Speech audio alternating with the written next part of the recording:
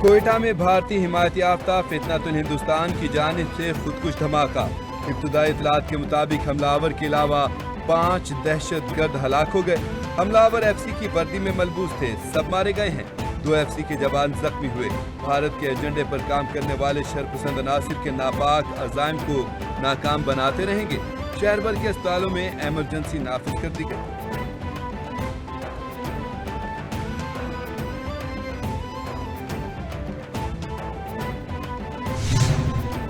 صدر مملکت اور وزیراعظم کی کوئٹہ میں فتنۃ الخارج کے خودکش حملے کی مذمت۔ سیکیورٹی فورسز کو بروقت اور مؤثر کارروائی پر خراج تحسین پیش کیا۔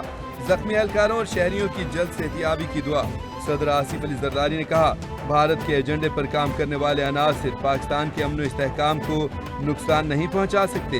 شہباز شریف بولے، پاکستان کی سالمیت کو نقصان پہنچانے کی کوشش کرنے والے عناصر کو عبرتناک سزا دیں گے۔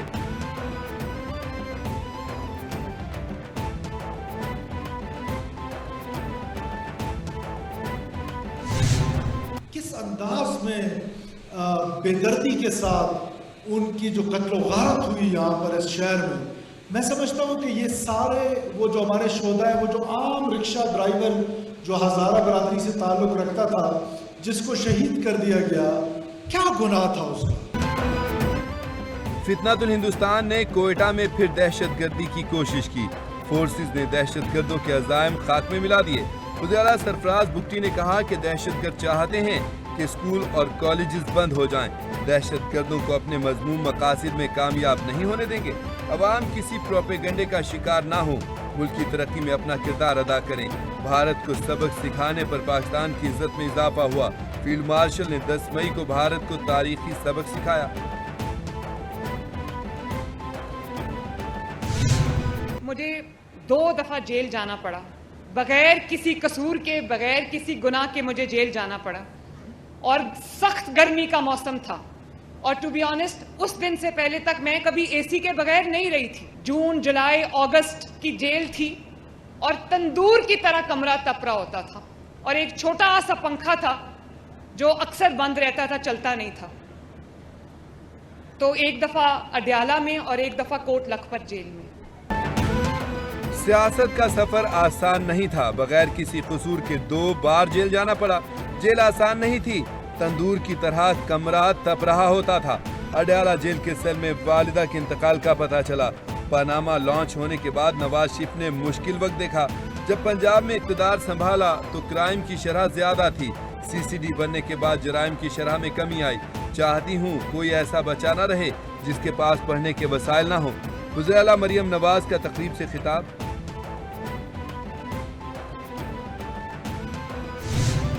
آپ کے کولیشن پارٹنرز نہیں ہیں، لیکن ہم اتحادی کے طور پہ آپ کو سجیشن تو دے سکتے ہیں۔ حکومت تو آپ کی ہے، فیصلے تو آپ نے کرنے، صحیح ہے غلط ہے وہ آپ نے کرنے۔ سیاست میں یہ گرمی سردی چلتی رہتی ہے، لیکن میں اپوزیشن کے دوستوں سے کہوں گا کہ آپ کو خوش ہونے کی ضرورت نہیں، یہ ہمارا گھر کا معاملہ ہے۔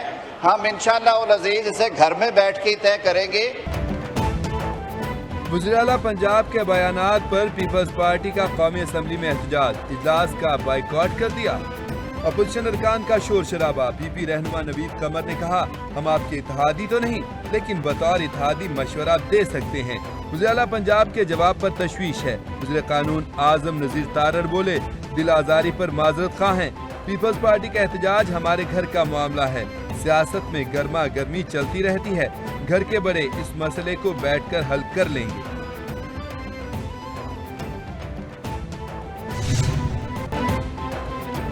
نیا دن نیا ریکارڈ، پاکستان اسٹاک ایکسچینج نے تیزی کے تمام ریکارڈ توڑ دیے۔ اسٹاک مارکیٹ میں انڈیکس میں 1,66,000 پوائنٹس کی حد پار کر گیا۔ کاروباری ہفتے کے دوسرے روز بھی اسٹاک ایکسچینج میں زبردست تیزی۔ ٹریڈنگ کے دوران اسٹاک مارکیٹ میں 100 انڈیکس 2,705 پوائنٹس کا اضافہ ہوا۔ 100 انڈیکس 1,66,556 پوائنٹس کی بلند ترین سطح پر پہنچ گیا۔